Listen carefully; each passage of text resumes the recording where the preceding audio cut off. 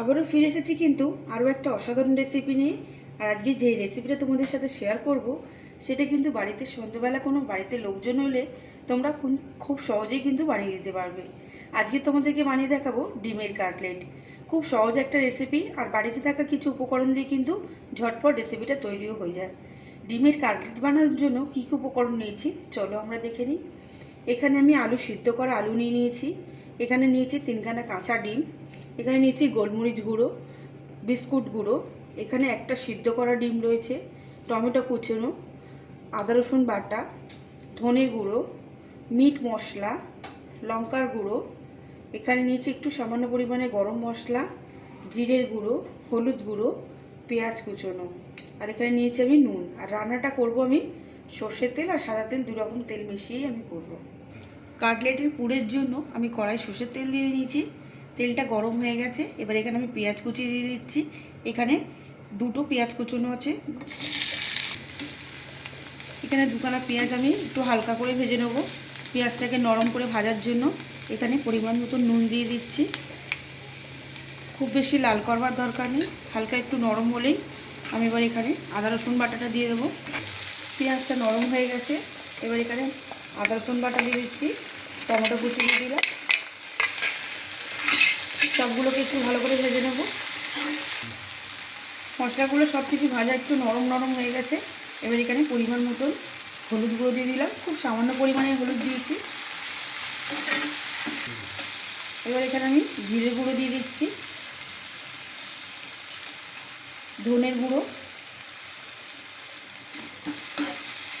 মশলাটাকে আর একটুখানি সামান্য কষিয়ে নেবো। খুব ভালোভাবে মশলাটা কষানো হয়ে গেছে। এবার সিদ্ধ করা আলুগুলো আমি এরকম একটা গ্রেটার দিয়ে এরকম করে গ্রেট করে দিচ্ছি, যার জন্য খুব সুন্দর একটা ম্যাশ হয়ে যাবে আলুটা। এরকমভাবে দিলে একটুও ডলা ভাব থাকবে না।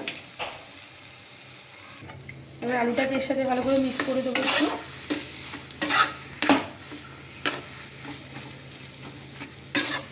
এবার এখানে পরিমাণ মতন একটু গোলমরিচ গুঁড়ো দিয়ে দেবো। যারা ঝাল খেতে পছন্দ করো তারা গোলমরিচ গুঁড়োটা দিয়ে দেবে একটু। এবারে সামান্য পরিমাণে গরম মশলা দেবো, 1 চামচ গরম মশলার গুঁড়ো, 1/2 চামচ লঙ্কার গুঁড়ো, মিট মশলা। মিট মশলাটা দিলে কিন্তু খুব সুন্দর একটা গন্ধ বেরোবে। আর এখানে যে সিদ্ধ করা ডিমটা রেখেছি, ডিমটাকেও গ্রেট করে দিয়ে দেবো আলুর মধ্যে।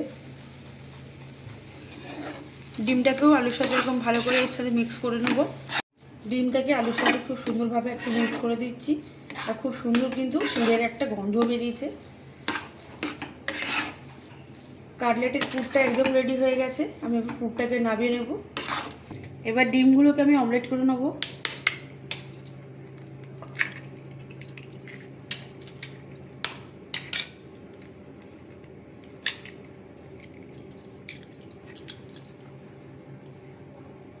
গোলমরিচ, একটু নুন দিয়ে ভালো করে ফেটিয়ে একটা অমলেট তৈরি করে নেব। তেল দিয়ে নিয়েছি। এখানে 2খানা ডিমের অমলেট করছি আমি। এবার ডিমটাকে একটু ভালো করে এরকমভাবে চারিদিকে একটু খেলি দিতে হবে, যাতে অমলেটটা একটু বড় সাইজের হয়। অমলেটের দুটো পিঠই কিন্তু খুব ভালোভাবে একটু কড়া করে শিখে নিতে হবে। দুটো পিঠ খুব ভালোভাবে একটু লাল লাল করে ভাজা হয়ে গেছে। ডিমের অমলেটটাকে নামিয়ে নিয়েছি। এবার অমলেটটাকে আমি এখান থেকে কেটে নেব।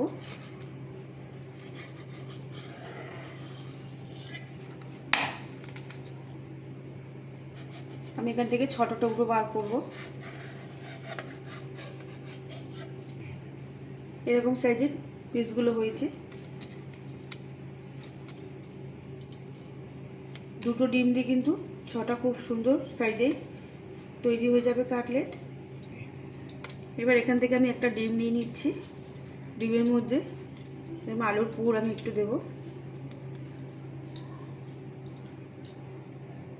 আর এক্সট্রা যে সাইড দিয়ে একটু ডিমগুলো থাকবে ওগুলো কেটে তোমরা এরকম ওপর থেকে দিয়ে দিতে পারো। এরকম এক পিঠে দিয়ে দিয়েছি, এরকমভাবেই আরও এক পিঠে আমি দিয়ে দেবো।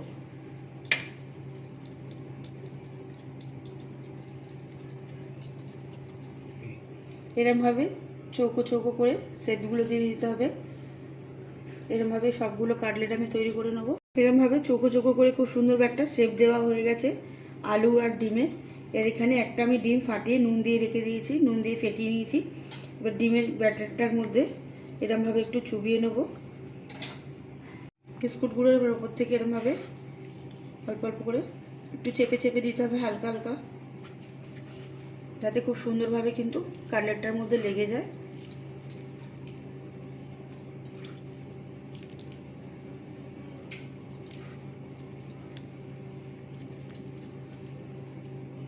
আবারও একবার ডিমের ব্যাটারের মধ্যে চুবিয়ে নেব।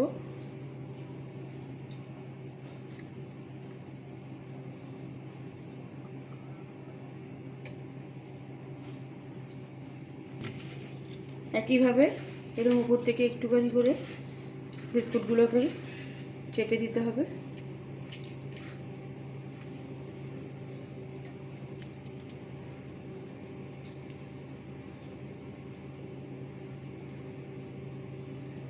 খুব সুন্দর কিন্তু বন্ধুরা দেখো একটা শেপ চলে এসছে চৌকো।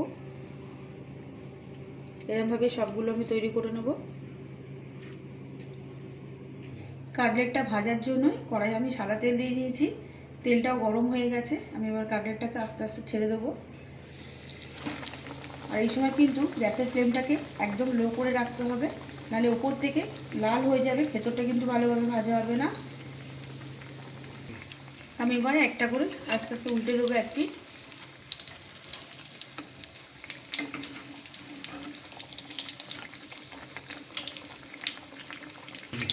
আমি আবারও একটু উল্টে দেবো।